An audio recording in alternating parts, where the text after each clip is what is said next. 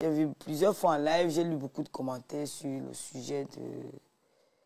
Voilà, je me pose... Et puis la question... Ce métissage-là entre le Non, centre non, non, pas de ça, sur le côté de la maternité. Parce que je me suis dit, bon, c'est nous, nous sommes des Bantous, tu vois. Et parce que surtout les Bamileke, chez nous, quand une femme se marie, il faut à tout prix, dès les premiers mois, on veut déjà voir qu'elle se transforme. Est-ce qu'il n'y a pas de pression du côté de ta belle famille? Pression, non. Vraiment, non.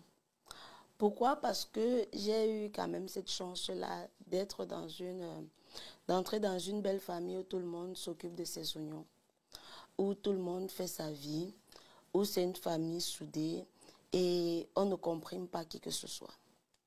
Alors, je profite vraiment de l'occasion pour lancer un message à ceux-là qui ont déjà cette idée-là arrêtée, comme quoi quand la femme elle est mariée, elle doit impérativement faire des enfants. C'est un sujet assez sensible.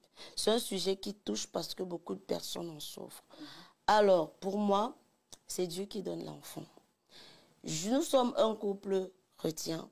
On croit du moins, on croit à Dieu. Et on sait que le moment opportun, du moins le temps de Dieu n'est pas le temps des hommes. Le moment opportun, nous aurons des enfants. Mais ce n'est pas parce qu'on va crier sur tous les toits, sur tous les réseaux, Diane fait les enfants, non. Je n'ai pas de pression. Parfois, moi, il peut arriver que je me lamente. C'est un questionnement, je ne veux pas dire que ça ne me fait pas mal. Mais la chance que j'ai encore, c'est que c'est mon mari qui me rassure, me dit, mais tu as déjà un enfant, tu n'es pas stérile. Moi-même, j'ai des enfants, je ne suis pas stérile. Ça veut dire que le temps de Dieu n'est pas encore arrivé.